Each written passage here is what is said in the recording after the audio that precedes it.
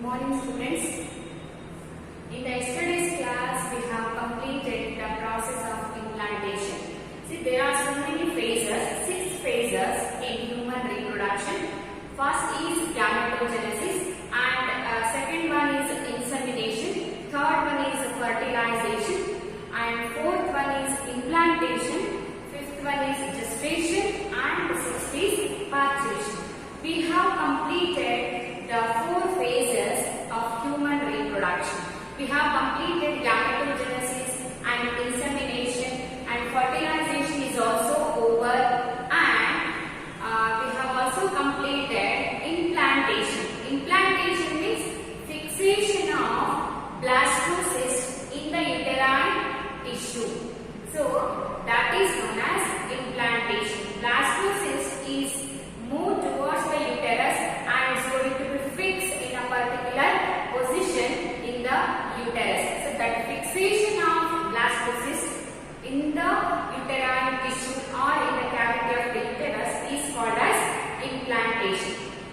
See, after implantation, see what happens. See, after implantation, placenta formation takes place, and after the formation of placenta, embryonic development takes place. See, first we should know about the placenta. Placenta formation and embryonic development. Embryonic development. See, what is placenta? See, before going to know about this, see, the trophoblast, which is the outermost layer around the blastocyst, it forms finger-like projections. See, this is the uterus and this is the blastocyst. Okay, so this is the uterine cavity, endocrine cavity, that is innermost layer in the uterus. Okay, so this is the blastocyst. Here is the innermost. Okay, and this is the outer layer of the blastocyst called as trophoblast. Okay, this trophoblast, they forms finger-like projections like this. These forms finger-like projections. Okay, these finger-like projections are called as chorionic villi. Chorionic villi. Okay, these finger-like projections penetrate deep into the uterine tissue. Okay, and until they develop, when they come in contact with the maternal blood. See, this deep or this finger-like chorionic villi, they get penetrate deep into the uterine tissue and they grow until they come in contact with the maternal blood. And this chorionic villi and the uterine tissue, they together forms a bridge-like structure. Okay, see, this uterine tissue and the chorionic villi, which is formed by the trophoblast of the blastocyst, they together forms a connection between the fetus and the maternal blood. That connection is called as placenta. What is placenta? It is the structural and functional unit present between the maternal blood and the fetus. So that is called as placenta. It is a connecting bridge in between maternal body and the fetus. See, that is called as placenta. Placenta is the structural and functional unit present between the fetus and the maternal body. That is known as placenta. See, it is the placenta. It is the structural and functional unit. It is the structural and functional unit, and it is a connecting bridge between maternal body or blood, maternal body and fetus. So that is known as placenta. Placenta performs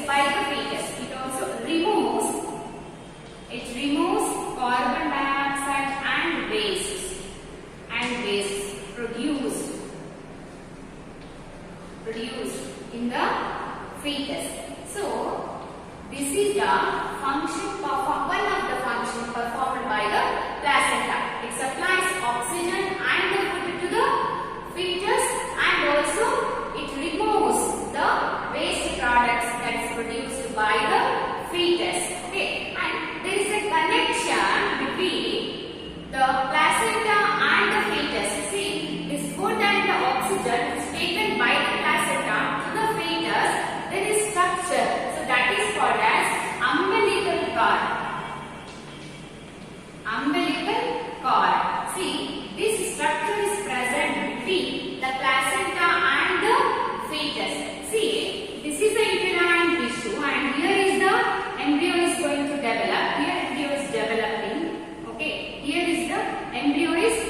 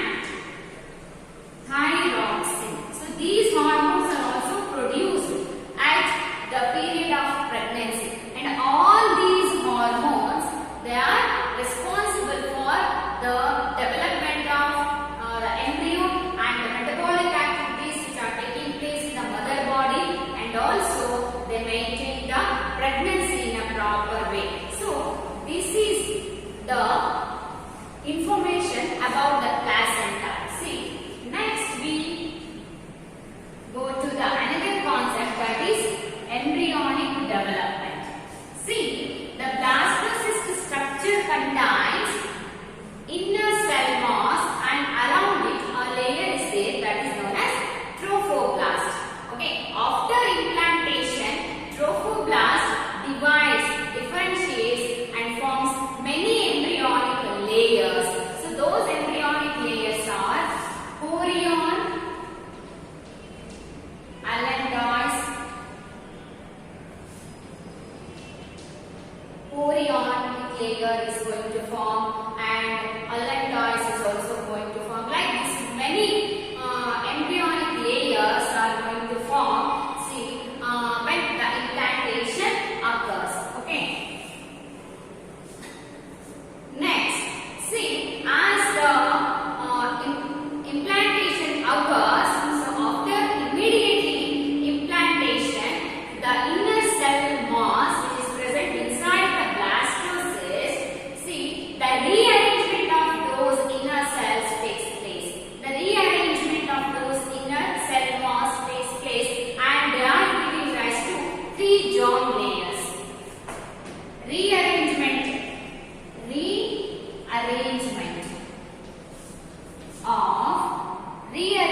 of inner cell mass occurs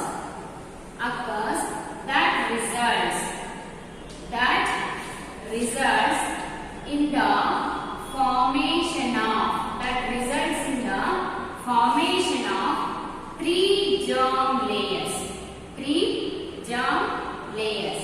Okay, the first ectoderm is going to form and then the endoderm is going to sit. First the endoderm forms, okay, and next the ectoderm forms, and after that at the end, in between the endoderm and the ectoderm, one more layer is going to form that is known as the mesoderm. So after the implantation, immediately the inner cell mass undergo some sort of rearrangement and they forms 3 layers, endoderm first and then the ectoderm, and after that the mesoderm is going to form in between the endoderm and the ectoderm.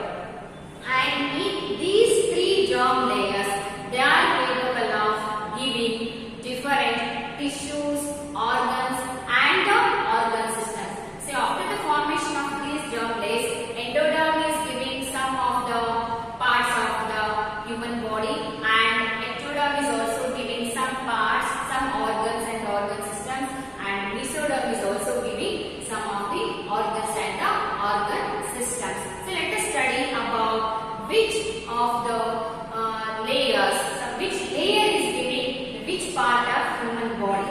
See, ectoderm is the germ layer which is present outside. So that layer is giving the cells which are present in the ectoderm, they undergo differentiation and they give rise to epidermis of the skin, and entire nervous system is formed by the ectoderm germ layer, pituitary gland, adrenal medulla part, olfactory organs, lens, cornea, enamel of the teeth. All these structures, all these parts or organs formed by the ectoderm. Okay, and then mesoderm. Mesoderm is giving rise to dermis of the skin, muscular tissue, connective tissue, blood and lymph, skull, vertebral column, dentine of teeth, notochord, excretory system and the reproductive system. All these organ systems are formed by the mesoderm layer. And endoderm is giving respiratory system, digestive canal, all digestive glands are also formed by the endoderm, thyroid gland, parathyroid, thymus gland, urinary bladder, lining of urethra, middle ear and eustachian tube. So all these organs, they are formed by organ systems or formed by endoderm. Like this, all these 3 germ layers, they are giving rise to different organs and organ system in the the human body. That means during embryonic development, all these structures are formed by these three different germ layers. Okay, and this inner mass of cells contains some special cells known as stem cells. So they have one of the major feature, that is they have totipotency. What is the meaning of totipotency? It is the capacity of the cell giving rise to whole body of the organism. So these inner mass of cells has such type of stem cells. They are giving rise to the parts of the whole parts of the organism.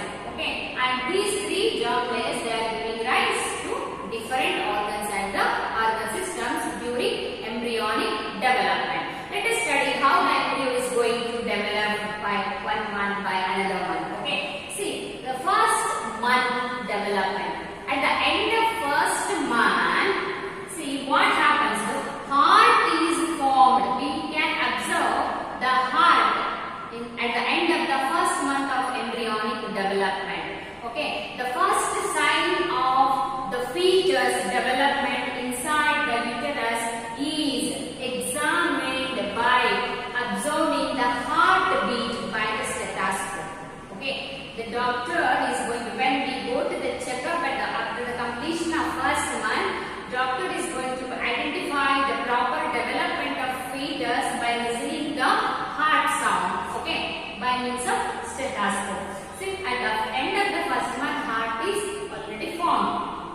At the end of the second month, limbs and the digits are formed. Okay, at the end of the second month, we can observe the limbs and digits through scanning. Okay, and then at the end of the third month, first trimester, we can say. Okay, first trimester, that is 12th week. Okay, so after 12 week, at the end of the 12th week, we can observe most of the major organ systems are already formed. Okay, at the end of the first trimester, we can observe all the major organ systems are developed in the fetus. Okay, and at the 5th month, we can observe the hairs on the head, and also first movement of the embryo takes place inside the uterus at the end of the 5th month. Movement we can observe, we can see the mother has to feel the moment at the end of the 5th month of embryonic development. And at the end of the 6th month, this is the second trimester.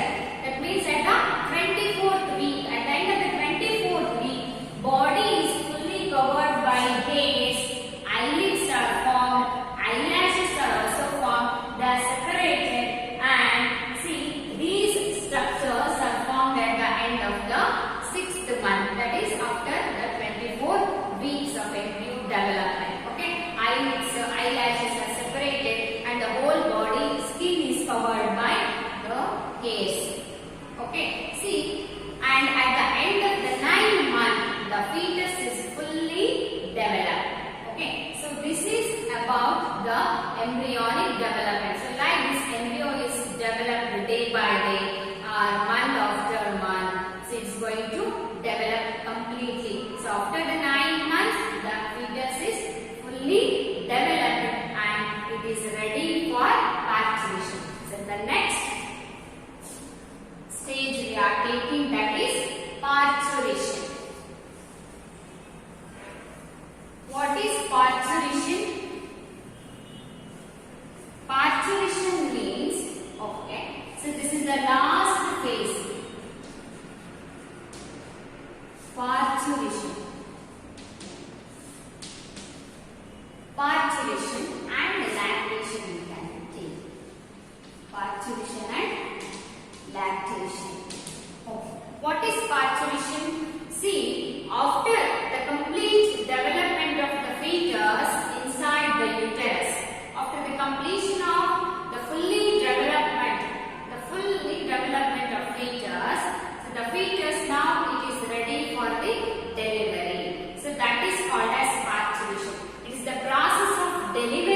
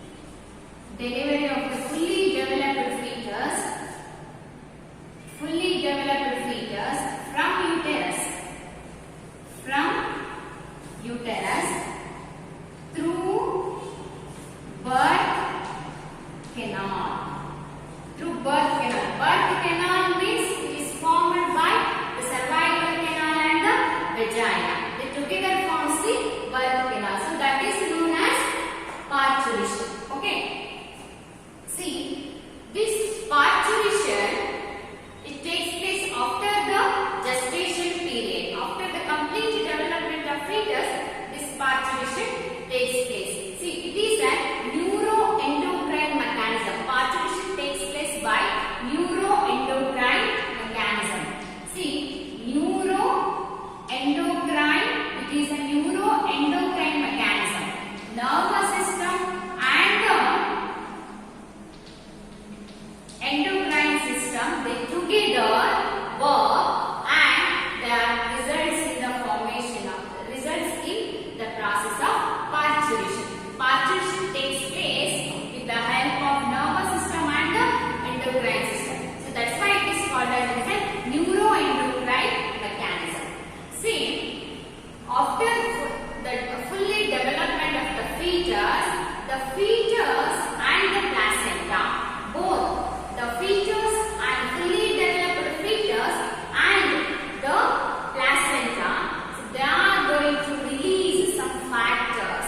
Those factors are called as, see, these are going to release, they secrete some of the factors.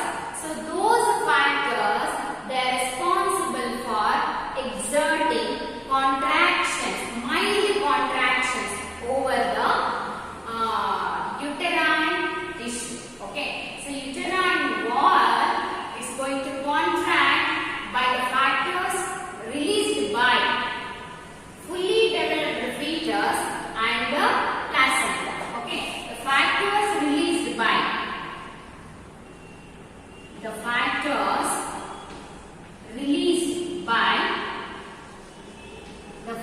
developed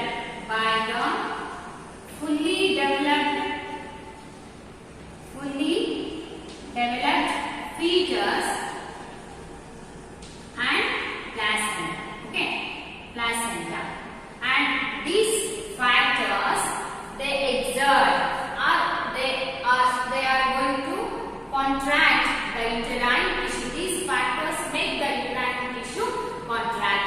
Mild contractions occurs in the uterine tissue by these factors. Okay, and that uterine contraction is known as fetal ejection reflex.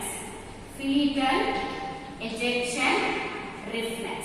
Okay, fetal ejection reflex is formed by the factors released from the fully developed fetus and the placenta. Those factors, they act on the uterine tissue and they produce mild contractions in the uterus.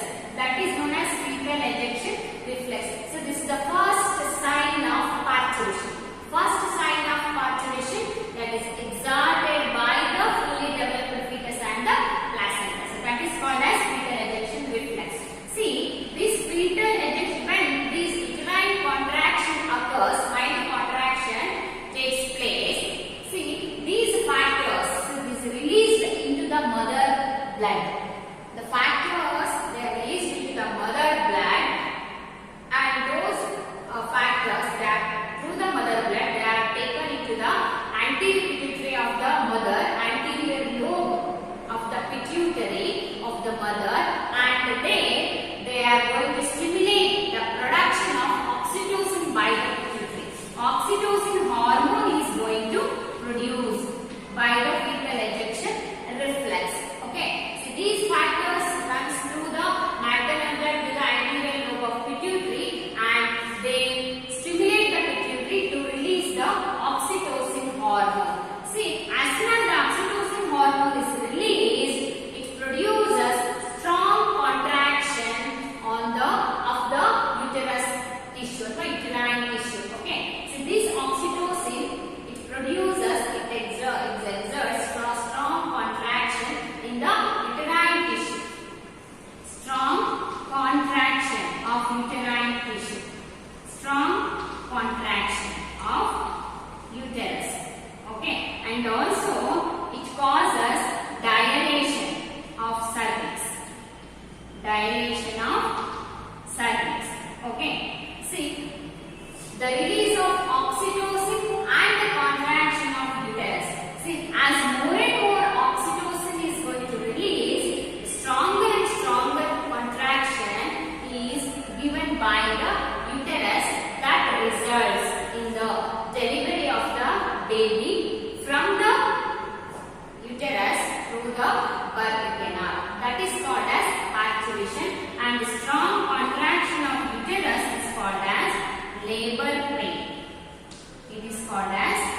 labor pain. So like this, the fully developed fetus is going to be come outside through the birth canal by the hormone called as oxytocin produced by the pituitary. That hormone is called as birth hormone. Oxytocin is called as birth hormone. See, after the parturition, lactation. See, production of milk. Milk is going to be produced after the delivery. So that is known as lactation. Lactation is a process by which the milk is going to be produced. Okay. See, the milk produced during the initial days of lactation is called as. It is a process of production of milk after delivery. That is known as lactation. Okay. See, the production of milk during initial stage of lactation is called as colostrum. Colostrum. So colostrum, it is production of milk. The milk produced.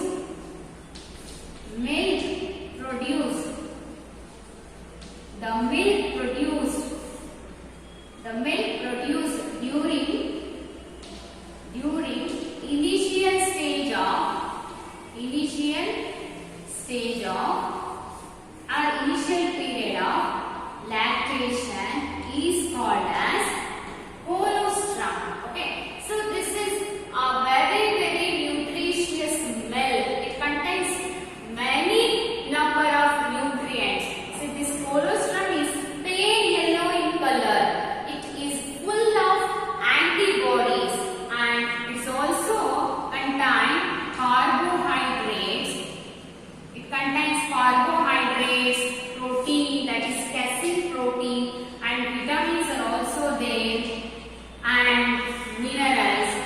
It also contains minerals and some sort of fat is also contains in the form of oil droplets, and also mainly it contains antibodies. Many number of antibodies are found in the colostrum. That is, it is the milk produced during initial stage of lactation. It contains antibodies IgA. So it is an antibody produced in the, it is present in the milk during lactation period. Okay. See, this milk production takes place by the hormone, by the secretion of the, after the delivery of the baby. One of the hormone, that is prolactin hormone. Prolactin hormone. See, this hormone, it acts on the olfactory lobes which are found in the mammary glands and stimulates them to produce the milk. Okay. Lactation means the production, secretion and ejection of milk from the mammary glands after delivery. That is called as lactation. So lactation means production, secretion and the ejection of the milk. Okay, production, secretion and ejection of milk from the mammary glands after the delivery. That is called as lactation. The milk produced in the initial stage of lactation is called as colostrum. This is very important. It is pale yellow in color. That's why doctors suggest the mother to feed the baby up to 6 months. Okay, so it contains many number of antibodies and it contains immunoglobulins that make the baby highly resistant over other external factors. Okay, so it gives immunity to the baby. So that's why the breastfeeding is compulsorily suggested by the doctors for the mother. Okay, so it's very important for the baby. So that's why the doctors are highly recommended the breastfeeding for the baby. Okay. See, the hormone, it is called as, so the prolactin hormone is responsible for the production of milk after the delivery. So here we finished the chapter